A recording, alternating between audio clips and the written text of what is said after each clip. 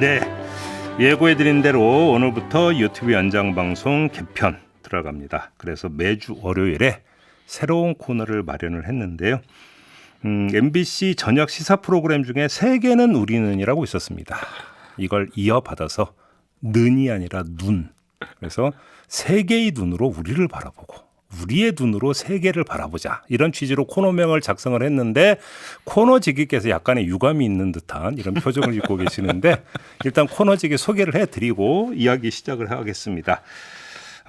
뭐 더 이상 설명이 필요 없는 분이죠. 문재인 정부에서 외교부 제1차관을 지냈던 최정권 연세대 교수 모셨습니다. 어서 오세요. 예, 안녕하세요. 네, 앞으로 매주 이 시간을 책임져 주셔야 되는데 왜 이 코너명이 마음에 안 드십니까? 아니요, 뭐 이름은 계속 발전하면 될 테니까. 여기서 약간 막아뜨고 있습니다 지금. 예, 뭐 이름보다 내용이 중요한 거니까요. 이름보다 내용이 중요하다는 이름이 마음에 안 든다라는 아주 완곡한. 뭐 세계는 우리 눈에 약간 아류 같기도 하고. 그래 할 말은 다 하시네. 내용으로 채웁시다. 내용으로 채워야죠. 저는 제목 괜찮은 것 같아요. 예, 뭐. 알겠습니다. 지금 벌써부터 네. 환영사가 지금 들어오고 있습니다. 학회님은 오 차관님 환영합니다라고 댓글 달아주셨고, 고맙습니다. 울트라 왕당근님 와 최 교수님 예, 이렇게 해주는데 이런 기대에 부응을 해주시리라 믿습니다. 그러면서 오늘 이야기를 좀 시작을 해봐야 될 것 같은데요. 오늘의 제목을 장기판된 한반도라고 뽑았습니다. 네, 장군 멍군이 오거나 한반도. 네. 왜 이렇게 제목을 뽑았느냐. 지금부터 그 이야기를 해야 될 텐데 지난주에 북한에서 그러니까 북한은 전승절이라고 주장을 하죠. 전승절 열병식이 있었는데 여기에 러시아와 중국의 고위급 인사가 참석을 했어요. 그다음에 또 그 한미일 간에는 다음 달 18일에 정상회담이 또 예정이 되어 있습니다. 뭔가 지금 각기 가면서 뭔가 대치 국면이 그러니까 연출되는 거 아니야 이런 생각이 좀 들어서 오늘 이거 좀 종합 진단을 하려고 하는데 일단 먼저 북한 쪽으로 한번 가보죠. 이게 10년 만에 외빈 초청이라고 하더라고요. 그러니까 이 자리에 지금 쇼이구 러시아 국방장관이 참석을 했던데 자기 코가 석자인 사람 아닙니까 지금 러시아 형편이? 뭐 국방장관이야 당연히 전시 중에 가장 그러니까 바쁜 사람이죠. 그러니까 제일 바쁜 사람이 북한에 가서 전승절을 기념을 해줬다. 일단 근데 그 주어를 북한으로 놓고 10년 만에 외빈 초청이라고 하는데 왜 10년 만에 외빈을 초청을 했을까? 이게 꺾어지는 그러니까 70주년이어서 그런 겁니까? 아니면 다른 뜻이 있는 겁니까? 뭐 우리 국내에서 뭐 정전 70년 해서 뭐 여기저기 특히 국회를 중심으로 많은 기념식이 있었는데 뭐 세미나도 있었고 뭐 우리는 거기다 곁들여서 혹은 그게 중심이 된 한미동맹 70년 행사도 있었죠. 근데 북한은 아무래도 전승절 7.27 행사가 중요하게 보여져요. 우리는 정전이라고 표현을 하지만 그들은 전승, 전쟁을 이긴 날로 기념을 하죠. 말씀하셨듯이 70년이라는 정주년도 있지만 게다가 이제 자신들이 지난 한 2년 3년 동안 국경을 닫았던 코로나19 체제를 이제 걷어들인다라는 의미도 있겠고요. 한 가지 오늘 뭐 한반도가 장기판이라는 표현을 우리가 쓰고 있잖아요. 그렇다면 이 전승절은 그리고 그 전승절이 중국과 러시아의 대표가 김정은과 나란히 서서 그들이 자랑스럽게 여기는 이런저런 무기를 바라보는 것은 하나의 원인이라기보다는 현상으로 이해해야 될 거예요. 무슨 뜻입니까? 무엇에 대한 현상이냐면 첫 번째는 지금 우리 한반도를 중심으로 북한을 대하는 태도와 정책이 바뀌었거든요. 그러니까 그야말로 이제 비핵화 협상이라는 것은 이제 우리의 언어책에서 사라졌을 만큼 북한에 대한 뭐 대화, 설득, 협상보다는 제재와 압박 이게 들어가고 있잖아요. 그렇죠. 그것을 강화하기 위해서는 당연히 한미 동맹을 강화한다는 것인데 그게 문재인 정부 때 한미 동맹 강화하는 내용이 다르죠. 우리는 문재인 정부 때는 한미 동맹을 강화해서 북한을 관여하여 협상판으로 데려온다는 것이었고, 그렇죠, 그렇죠. 여기서는 지금은 한미 동맹을 강화한다는 것은 군사적인 측면이 더 높아요. 즉 대북 억제를 강화한다, 확장 억제를 강화한다. 그래서 한반도 주변에 미국의 전략 자산을 많이 데리고 와서 동맹의 힘을 과시한다. 그리고 정치적으로는 일본과 같이 함께해서 한미일 협력을 강화한다는 거거든요. 그러면 여기에 대한 반작용이 분명히 있을 거예요. 반작용은 무엇이냐면 첫 번째로는 북한이 이런저런 불만을 품고 미사일을 발사한다든지, 그렇죠. 자기네들의 ICBM을 발사한다든지, 혹은 핵실험 카드를 만지작거린다든지, 그게 자기들의 첫 번째 대응일 수도 있고요. 두 번째 대응은 당연히 이게 힘의 밸런싱, 균형을 위해서 기존의 중국과의 관계, 러시아의 관계를 지금 더 강화하는 모습을 보여주고 싶어 하겠죠. 한미일 공조에 맞서서 북중러 연대를 그렇죠. 강화한다. 일종의 외교가에서는 이런 표현을 뭐라고 그러냐면 옵틱스라고 해요. 그러니까 보여주는 것. 근데 우리나라 말로는 행사라고 하거든요. 그러니까 외교가에서는 야 행사 잘 치렀다라고 하는 것은 보세요. 한미일이 외교장관이 만나서, 국방장관이 만나서, 혹은 북한의 핵을 다루는 대북들표 대표단들이 만나서 사진 찍고 하는 것은 자신들이 공조하고 협력하고 있다는 것을 해외나 세계에 보여주려고 하는 거거든요. 근데 북한은 그동안 그런 그림을 못 보였죠. 그렇죠, 그렇죠. 네. 그러니까 이번에 그걸 보여주는 거고요. 근데 좀 생각을 해보시죠. 오늘이 이제 8월에 들어가는 날이기도 하지만, 그러니까 오늘이 7월의 마지막 날이긴 하지만 정확하게 보름 전에요. 7월 14일, 15일 경에 우리나라 대통령은 리투아니아에 있었어요. 예. 나토 회의를 나토 정상회의 있었고, 참석했어요. 그걸 마치고 한일 정상회담을 했고, 그리고 나서 폴란드를 거쳐서 우크라이나 키이우에 갔단 말이에요. 나토에서 뭐라고 그랬냐면 한미일 협력 강화는 나토와의 협력 강화로 이어져야 되고, 나토와의 협력 강화는 한국이 나토와의 군사 정보를 공유하며 이런저런 협력을 강화하겠다고 나와요. 폴란드로 가서는 우크라이나의 재건, 그리고 폴란드와의 방산 협력 이거거든요. 근데 특이한 것은 키이우에 가서 그러니까 우크라이나의 수도 키이우에 가서 zel렌스키 대통령과 기자회견 할 때 생즉사 사즉생이라는 표현이 나옵니다. 즉 죽기 아니면 살기로, 네. 살기 아니면 죽기로 우크라이나 협력해서 끝까지 싸우겠다는 발언이 나오죠. 이게 결국 뭐냐면 중국과 러시아와는 선명하게 각을 지을 수 있다라는 뜻이죠. 네. 뭐 사실 그렇게 해오고 있고요. 그러니 중국과 러시아 입장에서도 여러 가지 측면으로 한국에 대한 불만을 내세우기도 하지만, 그렇게 하는 것과 동시에 북한과 보다 연대하는 모습을 요번 7.27 전승전에 평양에서 보여준 것이죠. 바로 그 지점인데, 네. 그러니까 그래 연대의 과시라고 하는 측면이라면 충분히 그러니까 설명이 되는데, 근데 굳이 그러니까 공사담화가신 쇼이구 국방장관을 푸틴이 꼭 보냈어야 되느냐? 단순한 이 어떤 그 연대 의지의 그 과시를 넘어선 네. 뭔가 실리 챙기기 차원이 있는 게 아니냐라는 사실 분석도 필요한 것 같은데, 혹시 그런 점이 있다고 봐야 되는 겁니까? 일단은 중국하고 밸런스를 맞췄어야 됐을 거예요.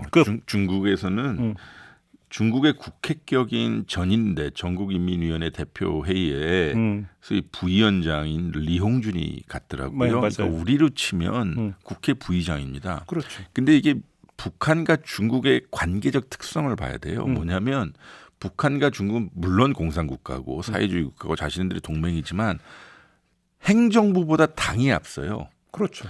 그래서 중국 공산당의 고위급과 그리고 북한 노동당의 고위급이 늘 정부보다 앞선 교류를 해요. 그래서 이번에 국회 부의장급, 즉 공산당의 서열 4위에서 5위급의 리용준이라는 사람이 간 거죠. 그래서 이제 중국과는 전통적인 당대당 관계를 강화하겠다는 모습의 시현이고요. 러시아는 네. 러시아가 처한 상황이 지금 전쟁 중인 상황이기도 하고, 그렇죠. 그래서 북한으로부터 이런저런 군사적인 도움이 필요하기도 하며 북한도 러시아로부터 도움이 많이 필요하거든요. 기브앤테이크 예. 거리가 있었다. 그러니 이것을 실제로 어떠한 거래가 오갔는지는 나중에 봐야겠지만 오늘 우리가 이야기하듯이 이 세 개의 이목이 평양에 집중돼 있었을 때 전승절 그 자체 이벤트도 중요하지만 북한과 러시아는 세계에다 대고 우리 군사적으로 더 협력할지도 몰라라는 하는 시그널을 강하게 보내는 쉽게 거죠. 뭐 그 전에 나왔던 북한이 러시아에 무기를 공급한다 혹시 이 차원입니까? 그렇게 해석을 해야 되는 겁니까? 사실 여기도 이것도 상당히 중요한 대목인 것 같아요. 우리가 소련하고 수교를 맺고 나서요. 31년인가 지났는데요. 그 이후에는 한 번도 러시아가 혹은 소련이 북한에게 공개적 그리고 공식적으로 무기를 공급한 적이 없어요. 아 그런가요? 네, 그게 팩트 원이고요. 아, 공식적으로는? 네, 공식적으로나 공개적으로요. 오. 그 전에는 공식적으로도 했고 공개적으로 했는데 네. 우리 때문에 못했어요. 한러 관계에 대해 러시아 즉 모스크바에 있는 그 정부가 우리를 너무 신경 쓰기도 했지만 그렇죠. 한러 관계를 중요하게 생각하기도 했지만 우리가 또 러시아에 대해 네. 여러 가지 협력 외교를 했기 때문에 그 견제와 견인의 결과로서 러시아는 평양에 북한에 공식적으로나 공개적으로 무기를 공급한 적이 없어요. 오. 그런데 이게 이 체제가 이제 흔들리는 거죠. 제가 왜 굳이 한 2주 전에 이야기를 꺼냈냐면 네. 상당히 러시아를 자극한 것 같아요. 그러니 소위 전쟁의 실질적인 CEO라고 하는 당연히 푸틴이 대통령이니까 회장격이고요. CEO라고 하는 그 국방장관이 세르게이 국방장관이 가서 이런저런 이야기를 할 거예요. 그것을 제가 감히 이야기할 수 있는 것은 세르게이가 들어가서 김정은 위원장이 세르게이하고 단독으로 4번이나 공식 일정을 공개적으로 해요. 네, 그랬다고 하더라고요. 오만찬 했죠. 그리고 뭐 저기 그 무기 박람회 같은 것도 갔고요. 뭐 그런 4번을 했고요. 그리고 세르게이 국방장관이 회의장에서 푸틴 대통령의 친서를 읽어요. 대독을 했고요. 그 결과로 노동신문을 보니 그러니까 북조선, 그러니까 북한과 러시아가 군사적인 측면이나 전략적인 측면에서 완전한 견해의 일치를 이루었다라고 발표를 해요.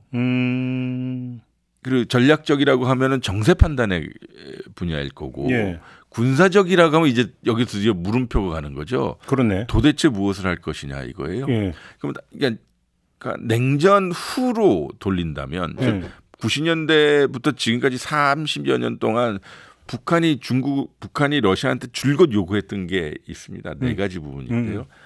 보다 최첨단 전투기를 달라. 그다음에 위성과 미사일에 관련된 첨단 기술을 달라.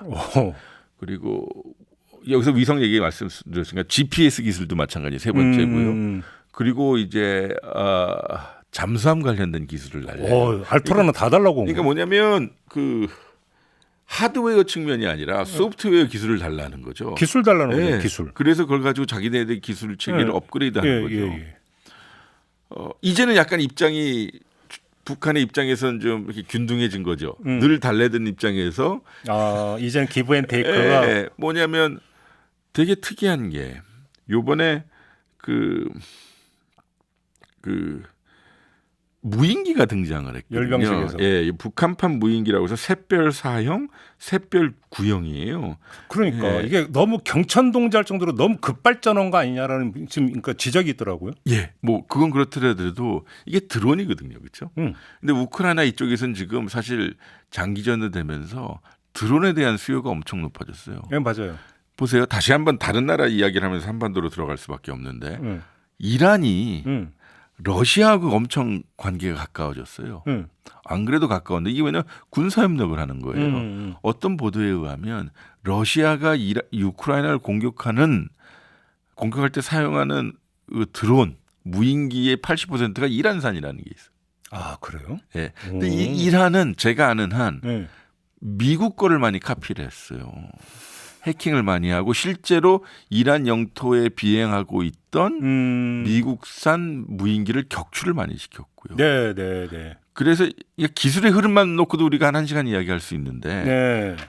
그런 상황에서 지금 미국 거하고 똑같이 생긴 그 맞아. 샛별하고 샛별 4, 샛별 9형이 나온 거거든요. 근데 우리 공군이 보유하고 있거나 미군이 보유하고 있는 거가 똑같아요. 그러면 잠깐만 그게 네. 이란이 미국 거를 베꼈다고 했잖아요. 그러면 이란을 거쳐서 북한으로 갔다고도 추정이 가능해지는 겁니까? 그러니까 소위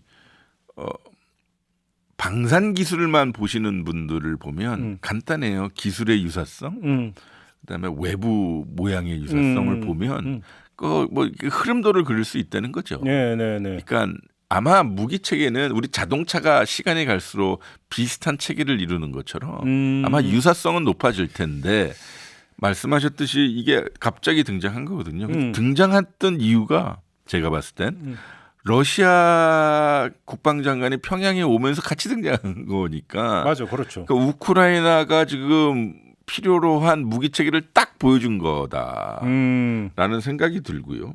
또 특이한 것은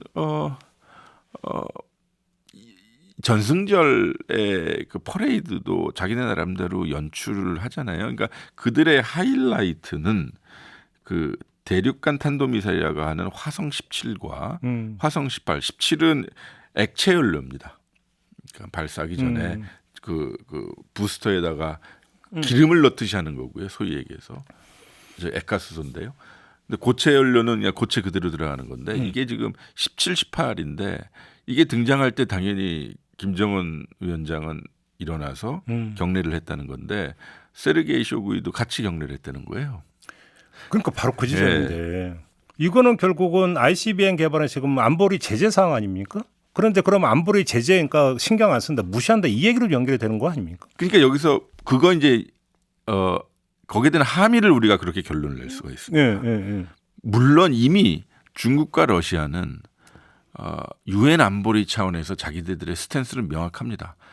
북한에 대해서 미국이 이런 식으로 계속 압박만 해서는 안 된다. 따라서 제재를 가지고 북한을 유인해라라는 식의 스탠스를 하는 거고요. 다만 제가 지금 오늘 드리고 싶은 말씀은 군사적인 측면과 전략적인 측면에서 우리 담론 체계에서는 우리 언론이나 우리 학계에서는 그러니까 한미일 대 북중로라고 표상적으로 얘기하지만 그 이면에는 단순히 서로 이렇게 대응하기 위한 연대가 있는 것이 아니라 북한과 러시아는 서로의 이해관계가 이미 맞아떨어지고 있다는 거죠. 이른바 네. 그러니까 가치 동맹이 아니라 실리 동맹이다. 그렇죠. 왜냐하면요, 이게 보면 러시아의 입장에서도 아니 저 대한민국은 정권이 바뀌더니 아니 이렇게 우리에게 과격하게 대해도 돼? 생즉사 사직생이라고 키우에 가가지고 그렇게 세게 연설을 하고 연결이 다 되어 있다. 네. 보세요, 푸틴은 작년부터 지속적으로 그리고 공개적으로 반발을 했죠. 한국의 155mm 포탄이 키이우로 향하는 순간 한러 관계는 큰일 난다라는 식의 강력한 메시지를 낸 건데 물론 아직 대한민국 정부는 공식적으로나 공개적으로 포탄을 제공하고 있지 않는다고 하지만 네. 직접적으로요. 이런 상황에서 나토 회의 계기 때 대한민국 대통령의 강력한 발언과 7.27 전승절은 관찰자 입장에서는 이게 아구가 맞아서 가는 거죠. 여기서 잠깐만. 근데 자 그러면 한번 이건 물론 아직 확인이 안 될 거니까 가정으로 드리는 질문인데 북한이 러시아에 필요한 무기를 공급해 준다고 치면 네. 북한이 얻을 수 있는 건 뭐예요? 아까 말씀드렸다시피 자신들의 무기 체계를 더 급하게 고도화하는 발전해, 기술, 네. 기술 이전을 그리고 얘기합니까? 러시아하고요. 네. 그 북한은 제재가 한참 진행되었을 때도 북한이 필요한 생필품과 그렇죠. 또 러시아가 극동 지역에 필요한 광산물이 나진하고 선봉 그 라인을 터너해서 교류가 되어 오고 있어요. 그렇죠. 그래서 지금 이제 우리가 지켜봐야 할 관전 포인트는 당연히 중국과 북한의 국경이 완전히 개방돼서 예전처럼 물류와 사람이 오고 갈 수 있느냐가 하나의 포인트이고요. 그리고 함경북도 저 끝으로 해서 저희 우리 한반도의 꼭 오른쪽 꼭지점이라고 할 수 있는 러시아 접경 지역에 네. 낮은 선봉이 예전처럼 오픈이 되어서 그쪽에 이제 소위 북한의 입장에서 숨통이 트이는 활로가 생기느냐 아니냐일 거예요. 결국은 지금까지는 유엔 안보리 제재 때문에 의무로 그러니까 그 교류해 왔던 게 지금 열병식에서 뭐 격리하고 이런 것들을 통해서 그 양으로까지도 그러니까 아니 그 전면화되는 것이냐 이게 지금 포인트가 되는 거 아닙니까? 게다가요. 예. 지금 군사적으로 저는 조금 우려가 돼요. 우리가 사실 뭐 이런저런 외교 계기에 한미일이 북한을 압박하면 우리는 요 양자 관계만 봤거든요. 근데 하나 좀 이렇게 줌 아웃을 해서 보면 우리 한반도와 동해 바다, 일본 열도 요 사이에 지금 군사적인 활동이 중국과 러시아, 그다음에 한미일이 너무 활발해요. 맞아요. 제가 한번 말씀드릴게요. 그러니까 우리가 지금 방금 얘기했듯이 우크라이나 전쟁은 지금 장기화 조짐을 보이고 있습니다. 그리고 한미일 안보 협력은 뭐 강화된다고 합니다. 그리고 곁들여서 미중 간의 갈등은 고위급에서 대화는 이루어지고 있지만 아직 활로는 못 잡고 있어요. 탈출구는. 그런 와중에 미국에서 핵 잠수함, 핵 탄도 미사일을 장착한 잠수함이 42년 만에 부산항에 입항을 했는데 맞아요. 우리는 알고 있죠. 그리고 나니까 뭐 북한이 신경질을 팍팍 내면서 이제 단거리 미사일을 2발 쐈다는 거 아니에요. 근데 우리가 지금 못 봤던 게 있더라고요. 제가 오늘 걸 조사하면서 봤더니 16일 날입니다. 그러니까 윤석열 대통령이 키이우에 있었을 때 이거 우리는 홍수가 많이 났던 시절이에요. 수해 났을 때요. 뭐라고 발표하냐면 중국 국방부가 인민해방군 북부 전구 함대가 러시아와의 연합훈련을 위해 칭다오 해군기지를 떠났다고 밝힙니다. 이게 7월 16일이고요. 그리고 러시아 국방부가 이어서 18일 날 뭐라고 그러냐면 태평양 함대 소속 함정들이 동해에서 러시아 중국 해군의 연합훈련 즉 북방합동 2023 훈련에 참여하기 위해 블라디보스토크 기지를 떠났다라고 얘기해요. 이 훈련에 뭐가 들어가 있냐면 6,800톤급 대잠수함, 대잠 구축함 2척이 들어갑니다. 이게 뭐냐면 잠수함 잡는 거거든요. 아이고, 예. 그래서 여러 가지 배가 들어가요. 그리고 18일 날요. 같은 날 한국과 미국이 NCG라고 하는 핵 협의 그룹 첫 회의를 해요. 맞아요. 예. 이게 수해 때문에 우리 정부의 입장에서는 흥행이 덜 됐어요. 맞아요. 수해 때문에. 그러면서 이 같은 날 일본의 합참이라고 하는 통합 막료 간부는 중국 함선이 17일 날 대한해협을 통과해서 동해로 들어가고 있다. 우리는 경계를 삼엄하게 할 것이다. 그리고 일본 요미우리는 이것을 보고 한미를 견제하려고 하는 중러의 합동훈련이다. 그런데 제가 여기서 강조를 하고 싶은 것은 러시아하고 중국이 이래저래 연합 함대 훈련을 하긴 했는데 이렇게 공개적으로 한 건 처음이고. 대놓고 하는 겁니다. 예, 두 번째는 러시아, 그러니까 미국의 핵 잠수함이 우리 항구에 들어와 있는 상황에 대잠 구축함, 그러니까 잠수함을 잡는 이것을 아예 공개적으로 내놓고 동해에서 실사격 훈련을 계속하는 거거든요. 군사적 긴장이 갈수록 조금씩 고조되고 있다는 걸로 해석될 수밖에 없는 거죠. 예, 우리는 분명히 당연히 남북을 보죠. 그렇지. 그게 가장 중요한 거고 북이 미사일을 쏘면 이게 남한에 대한 안보 위협이기도 하니까 여러 가지 보고 있지만 지금 오늘 제목처럼 한반도를 놓고 강대국의 진입과 개입과 관여가 어느 때보다 높아졌다는 것이죠. 야, 심각하네. 알겠습니다. 여기서 이제 한미일 공조 얘기를 해야 되는데 그건 좀 이따 잠깐 미루고 지금 무기 공급 얘기했으니까 제가 하나 따로 떼어서 여쭤볼 게 있는데 자 북한이 그러니까 러시아에 무기를 공급했다는 건 이번에 사실 처음 나온 얘기는 아니잖아요. 네. 그 전에도 있었고 이번에도 그렇게 가지 않을까라는 얘기가 나오고 네. 조금 전에 이제 그 교수님께서 말씀하시는 푸틴이 뭐 한국이 포탄 제공하면 어떻게 한다라는 공개 경고까지 하고 있는데 여기서 주목할 점이 무기 공급의 두 나라가 남북한이라는 거예요. 아니 나라가 수두룩뻑뻑한데 그다음에 나토가 지원하고 있잖아요. 우크라이나를. 네. 그런데 왜 그런 나라는 쏙 빼고 그러니까 한국과 북한이냐. 물론 여기 무기라는 게 재래식 무기잖아요. 왜인 겁니까 도대체? 그건 당연하죠. 일단은 올해가 정전 70년이지만 지금 이 남북이 적대적으로 대치한 70년에 이 비극적인 결과인 거죠. 왜냐하면 적대적으로 대치했겠고 우리는 당연히 재래식 무기를 중심으로 휴전선을 중심으로 대치한 거 아니겠습니까? 대치하는 동안에 무기를 엄청 쟁여놨다. 우리나라는 예전에는 방산 그런 비리였거든요. 율곡사업 생각나고 막. 방산하면 따라오는 단어가 비리였는데 이제는 우리나라에서도 이건 긍정적인 거라고 봐요. 방산하면 수출이 됐거든요. 그렇지, 맞아. 근데 보세요. 핵무기를 가지고 있는 나라들은 재래식 무기 생산에 좀 덜 하죠. 왜냐하면 핵이 있으니까. 근데 우리나라는 남북 대치가 재래식으로 되고 있기 때문에 그러니까 서로 핵 경쟁을 하기보다는 휴전선을 중심으로 서로 억제하고 방어하는 체계이기 때문에 더 정확하게 쏘는 대포, 더 기민하게 기동하는 전투기, 그다음에 잠수함 이런 것들이 필요한 거죠. 근데 이게 지금 우크라이나 전쟁은 그러한 양태로 이제 재래식 전쟁이니 당장 155mm 포를 생산하는 나라는 우리나라밖에 없는 거예요. 그러면 지금 한반도의 재래식 미기는 엄청 밀집돼 있다는 얘기거든요. 그렇죠. 이거는 뭐 저의 역작인 평화의 힘에도 썼지만 그 휴전선을 중심으로 저희 DMZ를 중심으로 대한민국과 북한의 그 적대적 대치는 즉 군사적 대치인 건데 보다 좋은 총, 보다 큰 대포, 보다 빨리 이동하는 전차, 파괴력이 높은 포탄 이런 거거든요.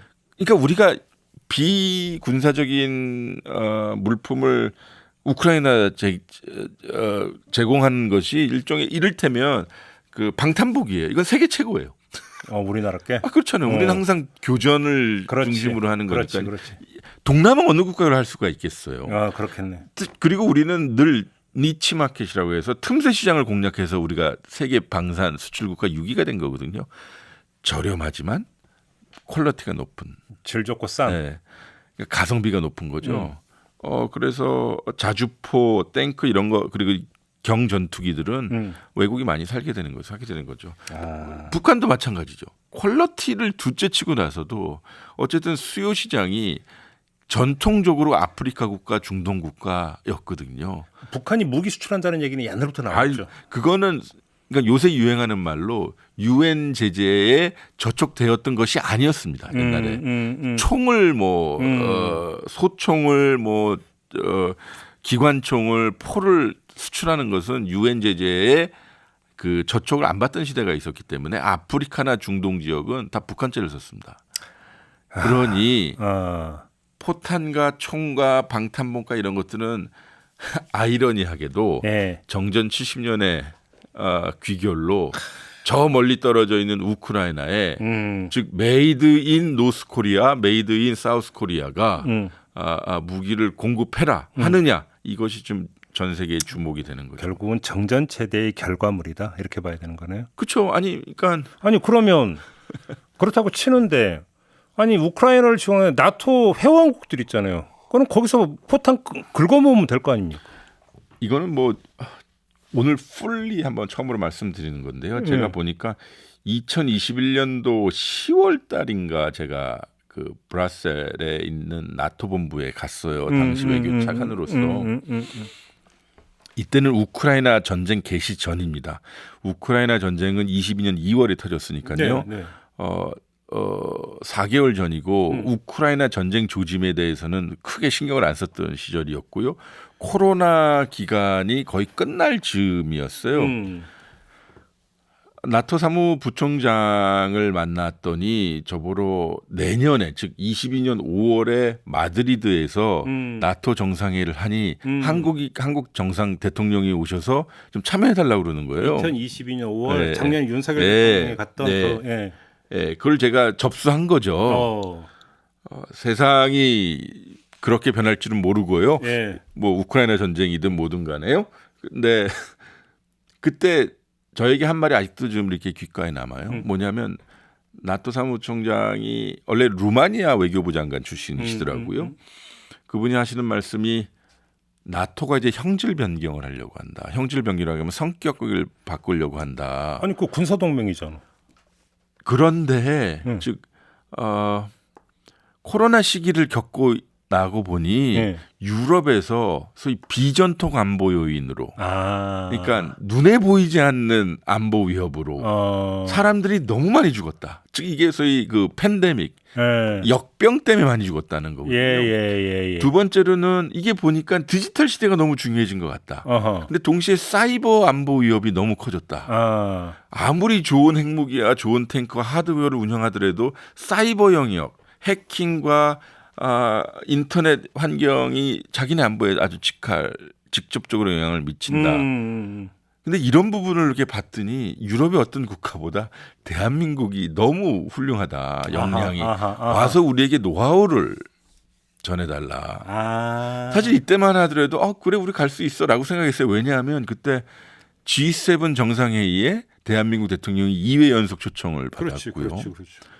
뭐 그러니까 어디든 못 가 이런 생각이죠. 그러니까 원래 그 나토 정상회의 초청은 문재인 정부 때 있었던 거거든요. 예. 초청이. 예. 뭐 그렇다는 정권이 바뀌었고 윤석열 대통령이 이제 우리나라 대통령으로 처음으로 근데 아무튼 그럼 나토는 전통적인 안보 개념이 아니라 그걸 전환하려고 했다. 거기다 덧붙여서 트럼프 대통령이라고 기억하실 거예요. 당연히 기억하죠. 그는 어쩌면 컴백할 수도 있을 거라고 좀 봅니다.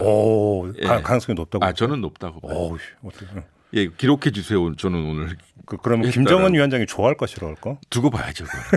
아무튼 한번 배신당했으니까.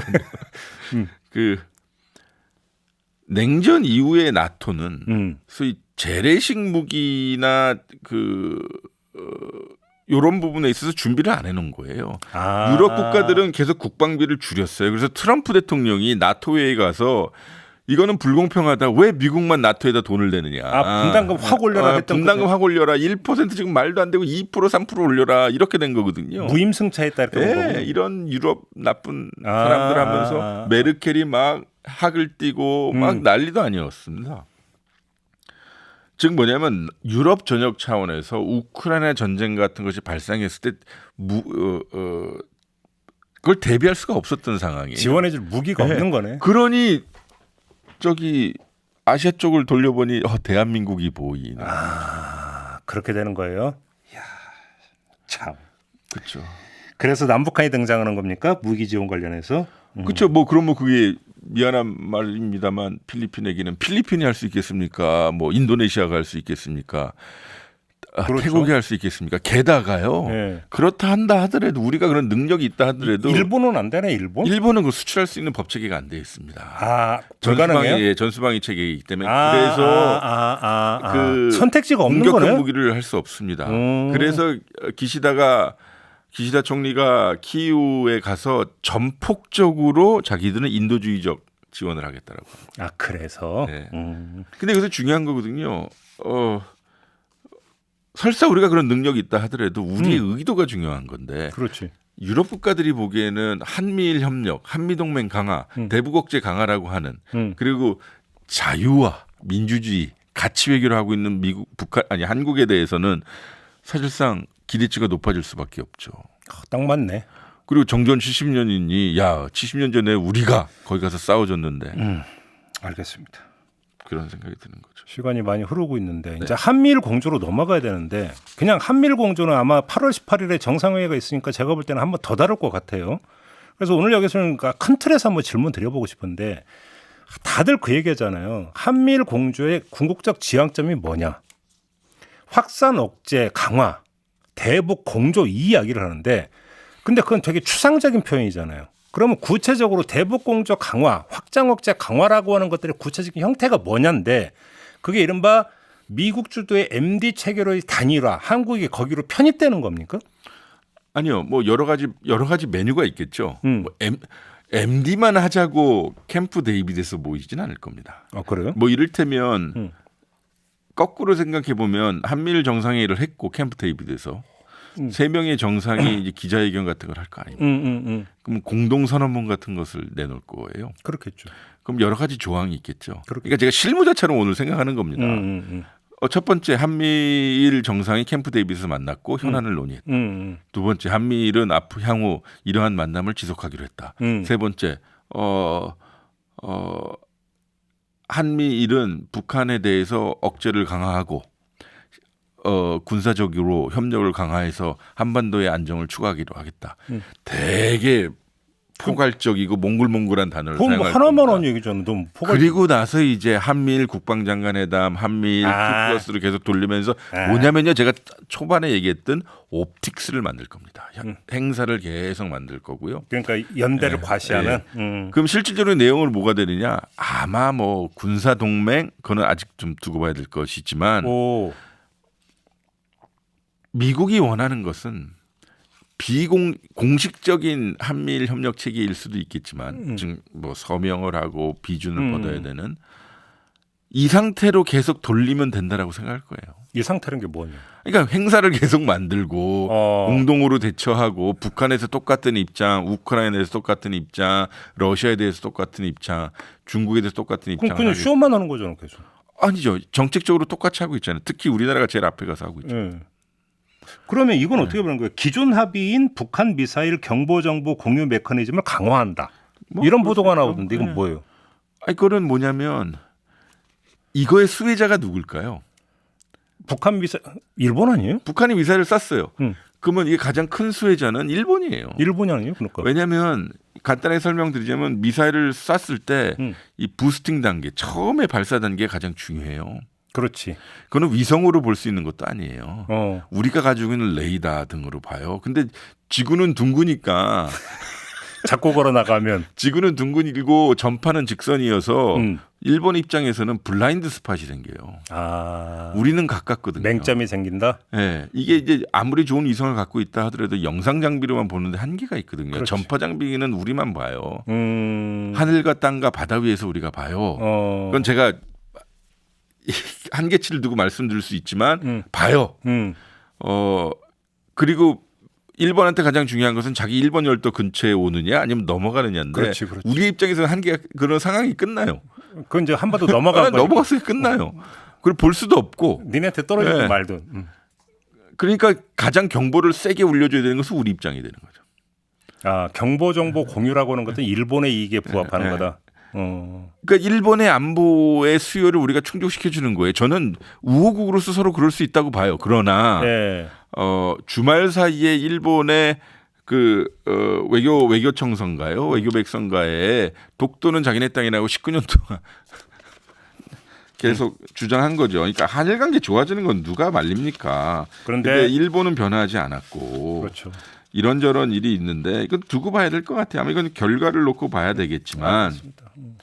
북한 미사일이 일본에 떨어지면 큰일이죠. 그건 큰일이고. 이건 안 되는 그건 일이죠. 말이 안 되는 그건 거죠. 말이 안 되는 아무튼 그냥 거죠. 넘어가는 경우 네. 이제 또 이제 그러면 제2 얼러트라고 하나요? 네. 경보 울리고 막 난리가. 근데 항상 일본이 북한이 미사일을 쏜다는 조짐이 있으면 우리 측보다 먼저 발표하거든요.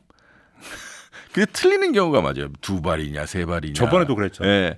근데 우리는 면밀히 보고 신중히 지금 소위 보도자료를 작성하고 있는데 일본이 먼저 발표하고 우리 언론은 왜 일본이 먼저 발표하냐고 정부를 때리는 경우가 많아요.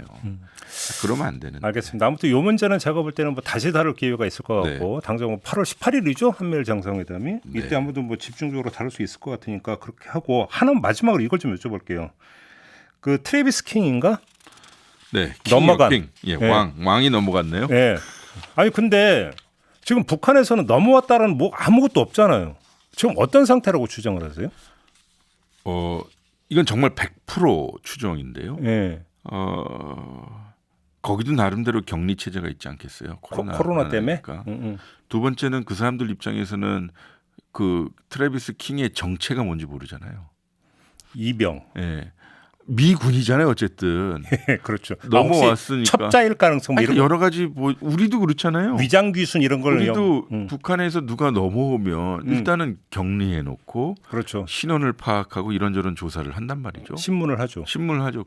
저는 그런 절차를 하고 있지 않나 싶어요. 게다가 북한의 입장에서는 아유 지금 이렇게 큰 게임을 하고 있는데 이게 걸려들었네. 이걸 어떻게 활용하지라고 생각할 수도 있지 않겠죠. 근데 이제 그 국내 언론에 이런 데서는 이게 그러니까 트래비스 킹의 송환 문제를 두고 북미가 대화를 해서 뭔가 좀 새로운 국면을 연출할 수도 있지 않는가라는 어떤 기대나 이런 걸 깔고 있는 것 같은데 가능성이 있다고 보세요? 저는 그러길 바라지만 네. 오늘 저희가 이런저런 면을 봤듯이 지금 북미 관계는 누가 넘어가서 인도주의로 풀어준다는 것으로 풀릴 수 없는 구조적 경직성이 너무 높아요. 서로 이제 각기 다른 방향으로 내달리고 있는데 게다가 혹은 북한이 통콕에 야 데리고 가 해서 넘긴다 쳐요. 근데 역설적으로요. 트래비스 킹이 넘어오고 싶지 않다 그러면 어떡할 거예요? 그럼 우리가 인도주의적으로 안 되는 거잖아요. 막말로 걔가 그 사람이 나 망명 신청했어 라고 주장하면 어떡할 거예요? 그렇죠. 여기서 궁금한 게 하나 네. 생기는데 지금 보도에 따르면 납북이 아니라 그냥 자기 제발로 넘어간 그러니까 거잖아요. 그러니까 넘어간 거 아니에요? 근데 왜 미국 정부는 송환을 왜 시도를 해요? 그냥 너 알았어. 그냥 거기서 뭐 살든지 죽든지 알아서 왜 이런 보도가 아닌 그러네요. 건가요? 그러니까 이제 앞뒤가 안 맞는 거죠. 그러니까. 그러니까 월북을 한 거죠. 이를테면 낚시로 채워가듯이 네. 끌채로 채워가듯이 한 것도 아니라. 아니 납치했다면 당연히 네. 송환 협상에 들어가겠는데 제발로 넘어간 게 맞다면 미국 정부가 나서는 것 자체가 어떻게 이해를 해야 되는 겁니까 이거를? 이거 보통 민간인도 아니고 미군이 넘어갔으니까 그렇겠죠. 아 군인이라. 네. 그리고 두 번째는 되게 한국적 마인드이긴 하지만 판문점은 유엔사가 관리하는 건데 아 뚫렸다. 이렇게 뚫린 거에 대한 책임도 있을 거 아닙니까? 그렇겠죠. 그렇잖아요. 우리 같으면 중대장, 대대장, 뭐 연대장 다 날아갈 몫이죠. 그리고 이 사람이 저기 무슨 사고를 쳐가지고 공항에 있다가 이쪽에 사람이라는 거 아니에요. 이거 엄청난 관리 책임이 있는 거죠. 이게 근데 이 사람이 넘어간 게 전승절 직전이잖아요. 네. 이게 무슨 상관성이 있죠? 북한이 침묵을 하고 있는 게 연관성이 있다고 봐요. 뭐 일단 북한 입장에서는 여러 가지 연출 포인트를 보겠죠. 네. 아니 지금 자기네들은 전승절 그리고 북중 관계, 북러 관계, 북중러 관계를 세게 행사로 시연하고 싶은데 갑자기 트래비스 킹에 대한 소위 인도주의적 문제를 섞게 되면 이상하잖아요. 아, 그렇죠. 그러니까 북한이 됐든 물론 우리도 마찬가지인데 어떤 계기에 자신의 의도와 방향성을 시연하고 싶은 욕망이 상당히 크잖아요. 그렇죠. 그걸 우리가 소위 대외적 시그널이라고 하는데 이제 그 두고 봐야 할 사안인 것 같아요. 그 트래비스 킹도 왜냐하면 북한이 가지고 있는 타임라인, 우리가 가지고 있는 타임라인, 미국 마찬가지고요. 게다가 이것저것 다 떠나서 본인이 넘어간 거잖아요. 그러니까. 근데 본인은 안 갈래요 이러고 있는 상황에서 강제로 넘어가 버리면 이건 뭐 남송 사건이 되나요? 강제 남송 사건? 아, 북송이 아니라 남성? 네. 그렇게 되나요, 네. 얘기가?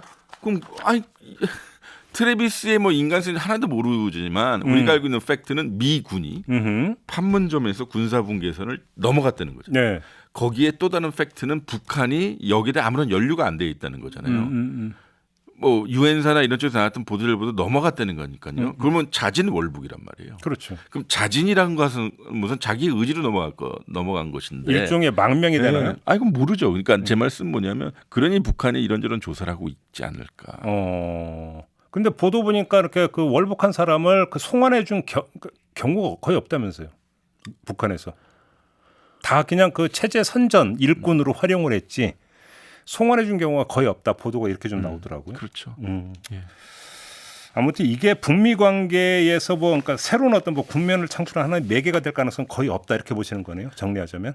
거꾸로 워싱턴과 평양의 관계가 전략적으로나 정무적으로 좋아지면 이걸 풀 수 있겠죠. 그때 가서. 네. 근데 지금은 아니다. 이거는 이걸 가지고 뭘 풀게 한다?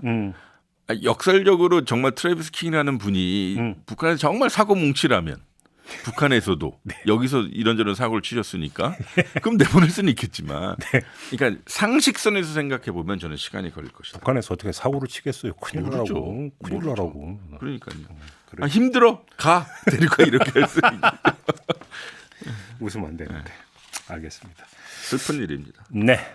아무튼 오늘 좀 이제 그 세계 눈 우리 눈 코너명이 아직도 마음에 안 드세요? 이제 눈이 작아서 뭐 또 익숙하게 자, 어떻게 첫 시간이었는데 어떠셨어요? 예, 좀 좋네요. 이제 길게 호흡할 수 있으니까. 그러니까 좀 시간 안 쫓기고. 네. 예. 알겠습니다. 앞으로도 이렇게 알토란 같은 내용을 좀 많이 전해 주시길 거라고 이렇게 믿어 의심치 않으면서 예. 오늘 첫 시간은 마무리하도록 하겠습니다. 예, 고맙습니다. 고맙습니다. 네, 최종관 연세대 교수와 함께했고요. 저도 함께 물러가겠습니다. 고맙습니다.